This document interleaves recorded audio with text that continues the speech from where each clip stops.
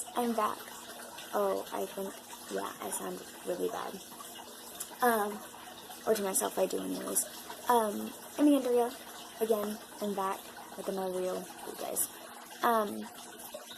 So, in the last video, I said I would talk about my turtles. I'm not going to do that probably until I get back from vacation. But I do just want to go ahead and say it is 11:40 or just about. Yeah, my hand doesn't turn like that. I'm sorry. So, anyways, with this whole thing that is going on in my life right now, it's not important. But with everything that I go through spurts of depression, anxiety, panic attacks, and loads of stress, which is totally normal for anyone. You can go through loads and loads of stress. I recommend not totally stressing about it, because then your chances of having an anxiety attack are extremely high, so anyone can have an anxiety attack. I actually tend to have mine later at night, or if I'm meeting someone new, but typically that doesn't hit me for a few hours. So it's interesting because I'll have an anxiety attack and not realize why I'm having one until it's a little bit later. Sometimes I'll know exactly what it is. Other times I'm like, really? So, just don't stress about stuff is basically my point in that part. But that has nothing to do with this video. If my mom were still to be alive, I would probably still have anxiety attacks. Less likely to have depression as bad as I do, but I would probably still have depression, and probably still have panic attacks. I have always been I like to stay by myself person. I mean, hey, I'm totally fine with people. I was totally fine with people when my mom was alive, but now I'm more of a, I don't want to get close to people person. And I'll get into why I say my mom is dead, because it's true, and what happened here in just a few minutes. So let me just go ahead and say my mom is dead. One of my older sisters and 3 cousins. And my dad is in prison. So when I don't talk about them, it's not because I don't love them. It's because my story is actually really depressing and really sad, and it's something I don't like talking about to bring people sadness. I like talking about it to bring an inspiration to people as of what not to do. So I have learned the hard way, and I want people to learn the easy way, but some people just are not going to listen to me, and they are going to go do it anyways. But that is your guys' choice. I'm asking you not to, because I don't want you to go through the same thing I went through, because what I went through was really tough and really hard.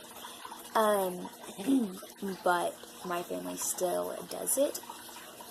So, there's not too much you can do to stop it from happening. And there's not too much, there's not too much to do about it. I mean, you can get in a lot of trouble from doing it and go to prison over it. Or jail, actually, unless the same thing happens that happened to my family, you would go to prison. So let me just go ahead and explain what happened. And I'm sorry in advance if this video is extremely long and several clips, because I don't know when my phone shuts off the videos.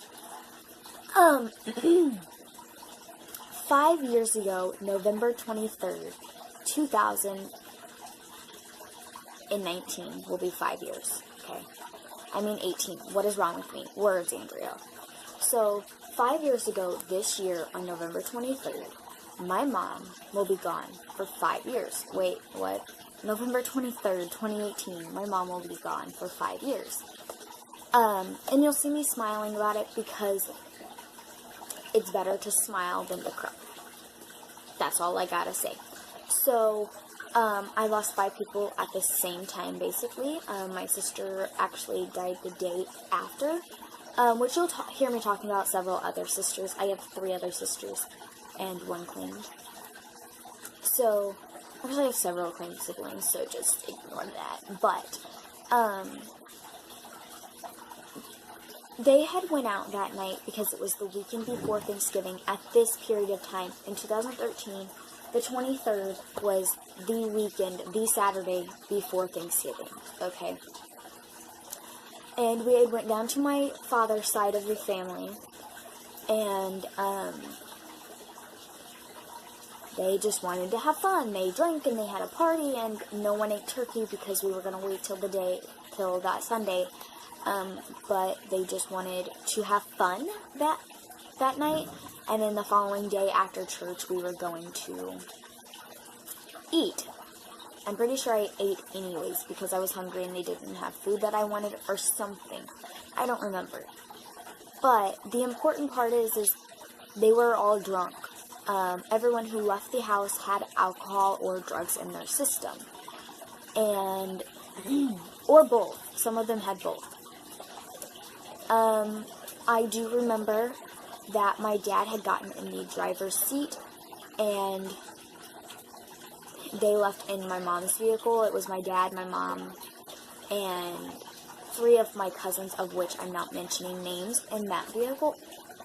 Yeah. 5 cousins.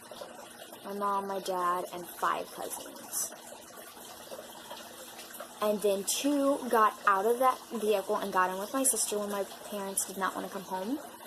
And my sister had gotten out of my other sister's truck and gotten in with my mom and dad. And so what had ended up happening was whoever was driving at this point in time, because at that point they could have switched, no one exactly knows the real truth. Like, no one knows who is. The people who know will not speak up and say anything, basically. So with that being said, the truth is there is no specific person driving. They blamed my father, and I'm saying this, and I'm not saying it to hurt anyone's feelings. If anyone is watching this, I'm saying this because it hurts me to see my only parent now sitting in a prison cell, and I don't get to see him. I got to see him on December 13th for the first time in almost 4 years. So, yeah, that was hard, but it was totally worth it. Even though I had to see him at court instead of, I didn't get to spend a lot of time with him, basically. But my hair's a disaster. But anyways, so at my sister's funeral, there was a steering wheel print on her forehead. No one wants to speak up and say that happened. But let's just say, basically at this point in time, that can has been there for a while. Ignore it. I don't drink soda that often. Let's just say that basically they are charging the sole survivor of the accident. It was a 1-car accident. I just want to say that it was a 1-car accident. The car had rolled several times, and it had killed them. All except my dad and my sister, because my sister survived so many hours after the fact of the accident, and then we took her off life support, or she was taken off life support, words. So, it's not fair, but it helps a lot to understand that life is not fair, and we always say God is on our side. God is working miracles every second, so we don't give up hope that he'll get out before his sentence. They sentenced him to 20 years. He has to spend 18 years, and we currently have, I think, 13 and a half more years of this sentence. I say we because not only is he serving his time, I'm serving mine as well. and serving my time of suffering even more than I needed to, I would obviously still be suffering. I have a life sentence anyways, but adding 13 years is just a lot harder than it should be. So basically, I live with my grandparents on my mom's side because my dad is in prison and my mom died.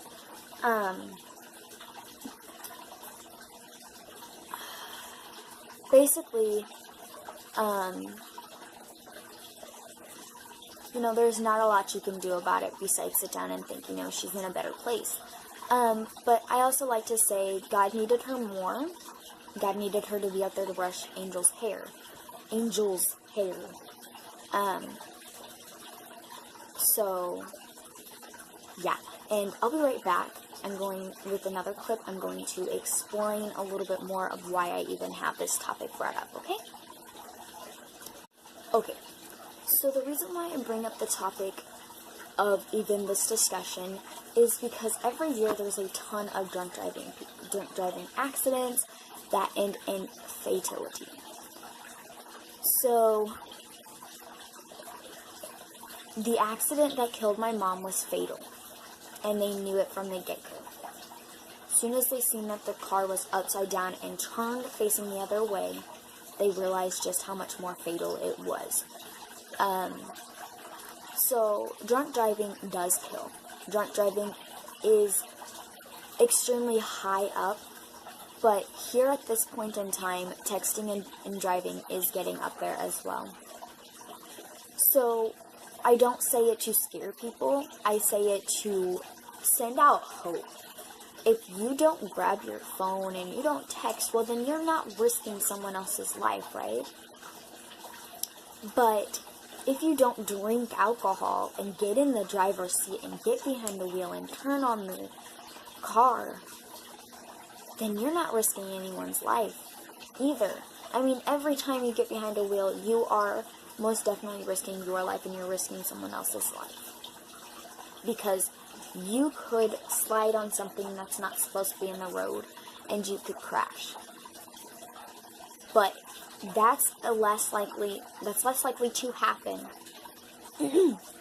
if you are not drunk, if you are not texting and driving, if you aren't looking off the road, if you are just paying attention, you are most likely not going to get in an accident.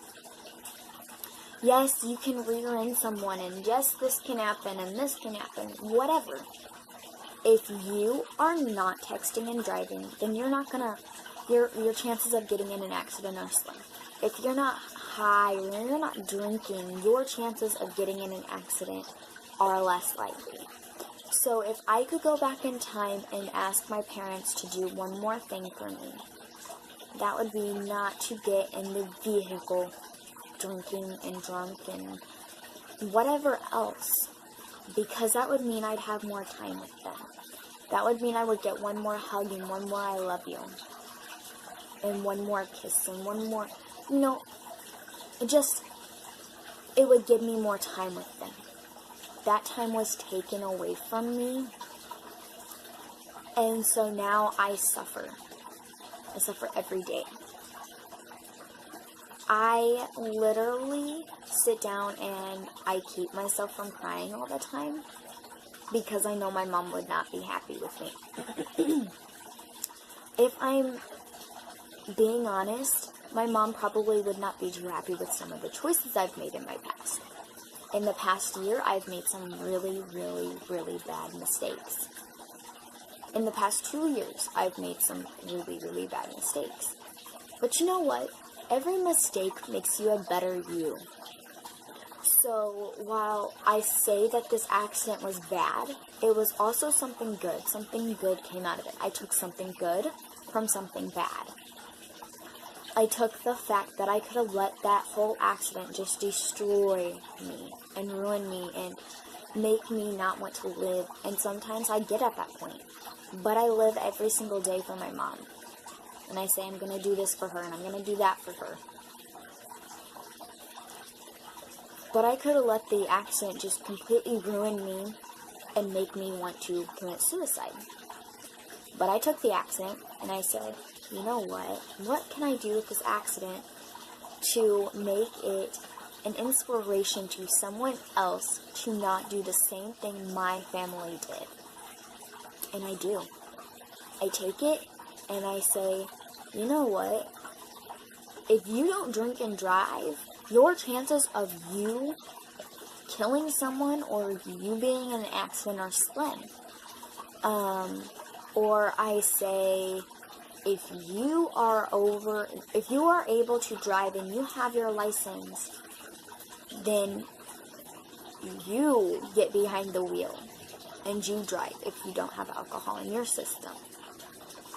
It's simple little things that can change your whole outlook on stuff. I could totally just say, you know, the accident really did ruin my mind. I can't go to school. I can't do stuff and drop out. But I was in 5th grade and I took on that chance and I said, no, we are going to keep going and we are going to continue to live. And we are going to do it for your mother. Because she needs you to help her. She needs a hero. She was your hero. And you need to be her hero now. So it's all how you look at the outlook on life. Okay, I look at life and I say life is beautiful. It has its downsides and it has its faults, but so do we. Every single person on this earth has their downsides and their faults. But we keep living. So that means the world is beautiful, no matter what.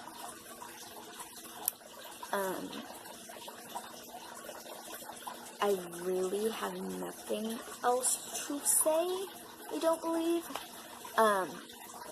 But I do ask that that you share this video and you share my story with other people if you please. If not, then go ahead and just go ahead and share this video with people and get my story out there just to help inspire people. If not, then I don't know. But I'm going to go. I got stuff I gotta get done. I gotta edit this video, and I have to pack for vacation. So, peace out, y'all. Have a good day. Bye.